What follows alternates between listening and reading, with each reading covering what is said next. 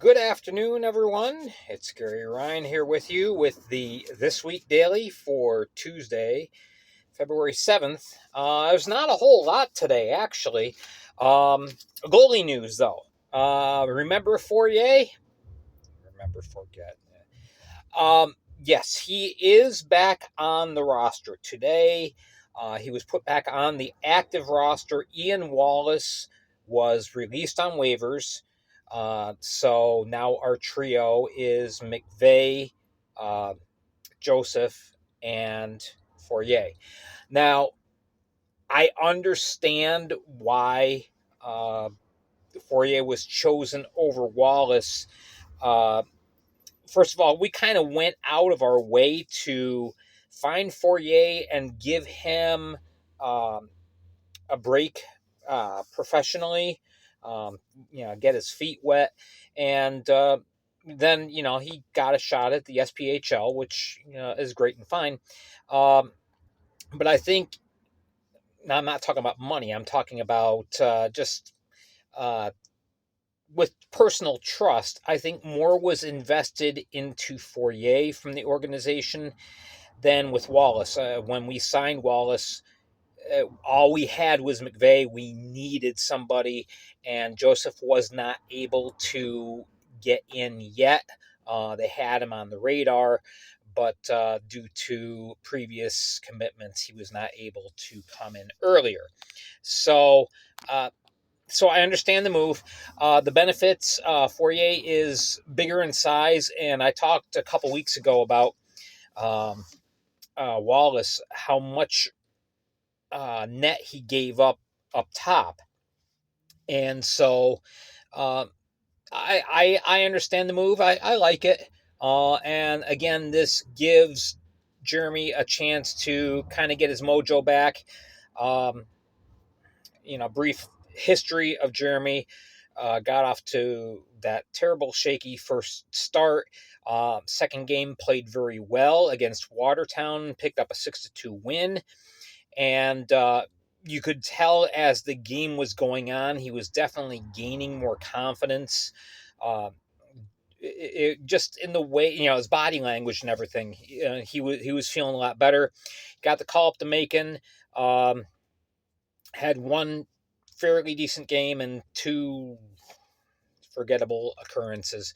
But playing in Macon as a goaltender is tough. Right now, Macon is dead last, not counting Vermilion County, of course, which we're not going to talk about them today. Really, there hasn't been any development in that. So that is the only transaction really that concerns us. I want to talk a little bit about reporting injuries.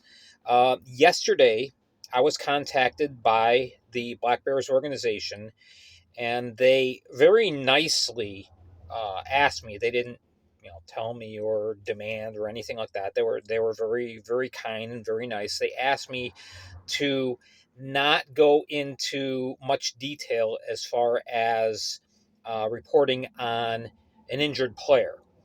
Now, there's two sides to that. One is, yes, as fans, we get very frustrated knowing that one of our favorite players is hurt, and we want to know, what happened, how's he feeling, how long is he going to be out.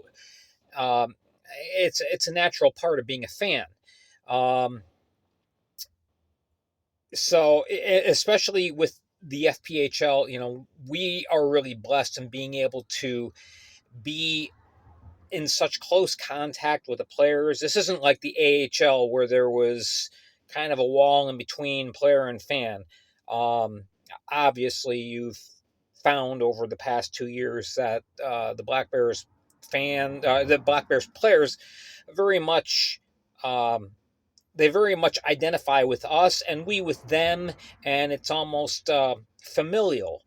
So yeah, it gets to be very frustrating when we don't know exactly what's going on with a player and all the details. Now, there's the other side, though. Let me make up like a hypothetical situation. Let's pretend that Ryan Marker is a member of the Black Bears, And this last weekend, Ryan Marker sprained his left wrist, pretty heavily sprained. Okay, yeah, he's gonna miss a week.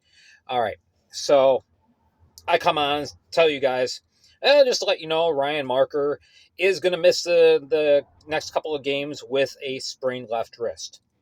All right, so the problem with that and the concern that the Black Bears organization had and what they shared with me is that they don't want a target being put on, again, hypothetically here, Ryan Marker's back, because most players in the league uh, uh, abide by a code. It's kind of an unspoken, unwritten code of honor, if you will. And, okay, regardless of whether you wear a green jersey or an orange jersey or a white jersey, we're battling against each other. But at the end of the day, we're going to try and respect each other and treat each other well.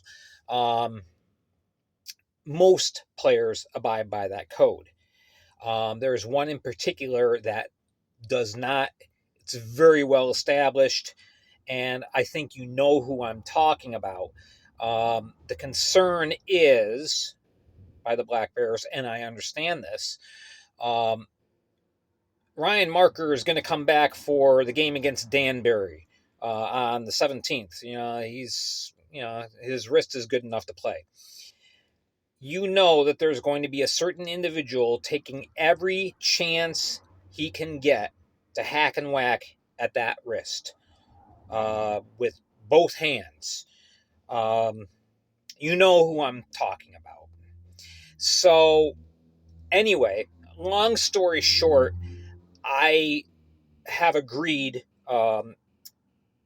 with the Black Bears organization. Yes, from this time forward, I'm not going to go into a whole lot of detail. We can say Cam Yarwood is out with a lower body injury. There is no timeline right now on his return, and that's reality. Um, we don't know when he'll be back.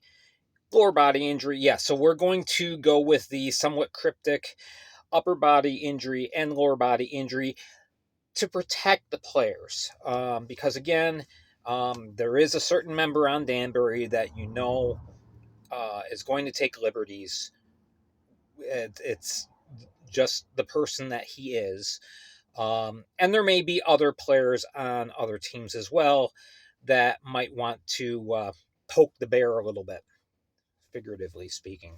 So that's going to be my procedure from now on these videos. So right now, uh, with our actual injuries, we do have Cam out with the lower body injury. Not sure on his time of return. Tyler Jurich with the upper body injury. Actually, we're not really sure how long he's going to be out. Now, I did talk to him, and he's optimistic that he will be able to be back sooner rather than later. But he doesn't know right now exactly. Oh, I'm going to be back on X day. So anyway, all right. So that's where we're at with things, and I appreciate your understanding and patience when I do, say upper body injury, lower body injury. Again, for the player's protection, and I fully understand that. I fully get that, and I don't want to. Abuse the trust that the Black Bears organization has apparently put in me as far as reporting things. Now, I'm just a fan. I'm just doing this as a fan podcast. Okay, I'm not affiliated with the team. But obviously, the players have opened up to me. Players, coaches, different members of the front office have talked to me about different things. And, they trust me to handle it professionally. And I appreciate that trust, and I don't want to betray that. I have a good relationship with the Black Bears, and I want to keep it that way. So, yeah. So that was the request they made of me, and I say, sure. Absolutely. Okay. Last thing we're going to get into real quick. I'm going to look at right now. I don't know if you can see this. Okay, this is kind of what our current roster looks like. Now, I am assuming, I'm running under the assumption that Jurich is probably not going to be playing this weekend. Again, we don't know that. I'm just running under an assumption here, so I want to make that perfectly clear. So the question is, okay, if we get to game time on Friday and Jurich is missing, what do we do? Okay, couple different possibilities. First one is you can easily just move Austin Thompson up a line in his natural position on the left wing there.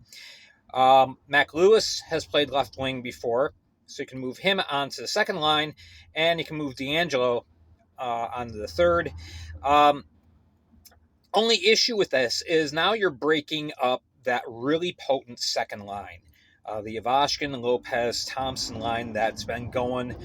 They're just such on fire. Like you almost don't want to mess that up.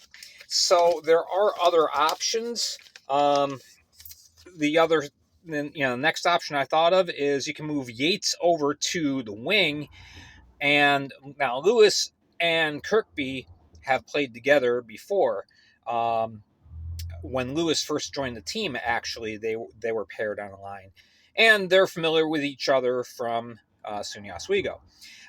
So that leaves your second line intact, and then D'Angelo again can slot in on the third line.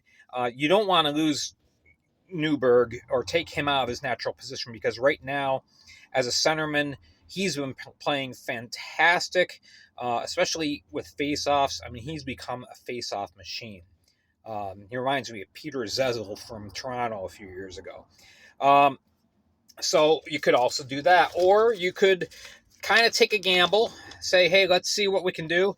Maybe move D'Angelo up to the first line, keep Yates and Kirkby in their natural positions. You keep that second line intact. You slot, you know, you just don't have D'Angelo on defense like he's been playing the last few weeks. So anyway, there's options, there's possibilities. Obviously, Coach Sherwood is going to put together what he feels works best. But I just thought it was kind of interesting to kind of look at possibilities as far as what you could do. The bottom line is there's lots of options. So, yeah, it's going to hurt if we don't have Jurich in the lineup for a couple games. But especially on power play, he's got 10 power play goals that you're missing out on. But we've got enough depth, and the players have worked well with each other in different roles in previous games. So I don't think we're going to be missing that much of a beat if Jurich is not able to go. All right. So anyway, just wanted to look at that. That's all I have for today.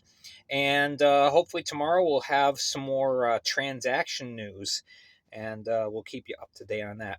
Thanks for joining me. Always remember, hit like, hit subscribe, hit the notification bell for every time I upload the video. You can be notified of it right away. And in the meantime, take care, have a wonderful day, and we will talk to you tomorrow.